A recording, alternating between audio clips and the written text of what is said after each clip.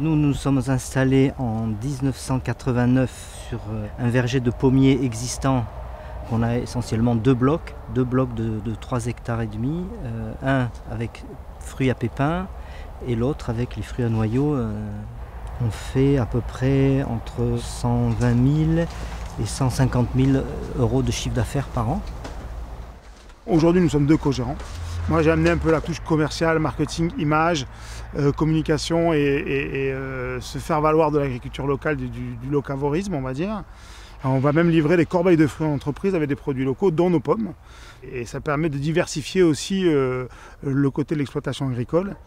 Alors ici, on est coincé entre Saint-Jean-de-Védas, le village de Saint-Jean-de-Védas, qui fait à peu près 10 000 habitants, et Montpellier, de l'autre côté, qui est à 500 mètres. Là. La limite de commune est à 500 mètres.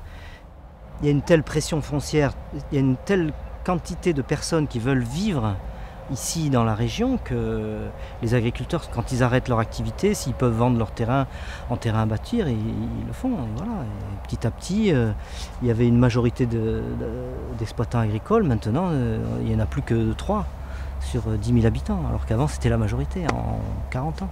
Donc ça, c'est la particularité, c'est qu'on est très proche des habitations, ce qui est à la fois un avantage pour pouvoir vendre ses produits et un inconvénient pour la production, parce que bon, on est dans un milieu de gens citadins qui ne sont pas habitués à l'agriculture.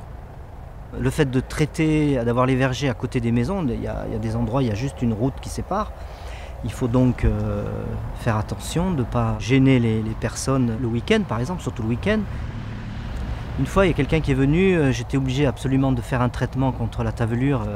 On avait un créneau de quelques heures avant que la pluie ne reparte. Et là, effectivement, la personne s'est plainte en disant que je n'avais pas le droit de traiter, etc. etc. Et donc, bon, alors là, le problème, c'est que là, comment faire?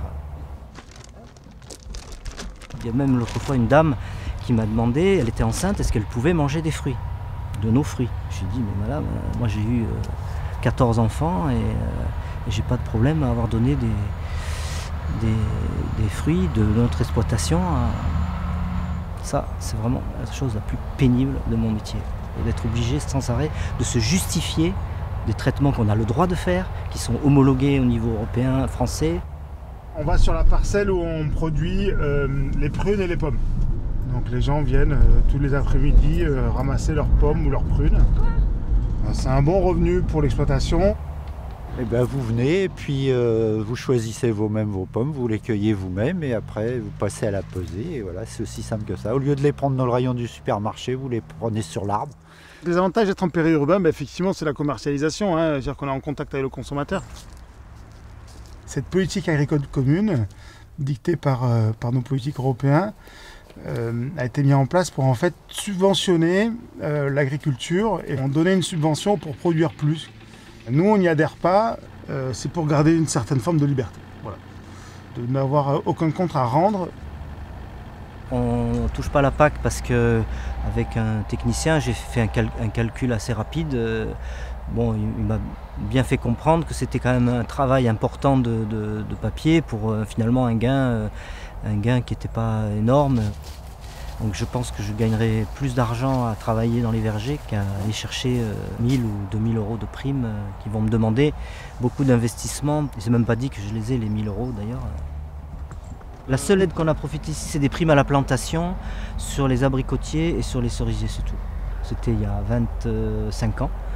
C'était des primes à la plantation à l'hectare. Comme disait mon professeur d'économie, les primes servent à donner une deuxième Cadillac à celui qui en a déjà une. Moi je suis bien dans les vergers, je suis bien à travailler dans les vergers. Mais force de se constater que dans l'agriculture, on ne gagne de l'argent quand on fait autre chose que de l'agriculture. Parce qu'on fait soit du commerce, enfin on prend la place du commercial, soit on construit ses bâtiments, soit on fait de la mécanique.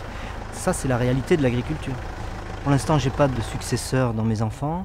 Je renouvelle les vergers juste pour maintenir le potentiel de production et je tente de voir s'il y en a un qui va reprendre ou pas. Mais je n'ai pas de perspective sur 10 ou 15 ans.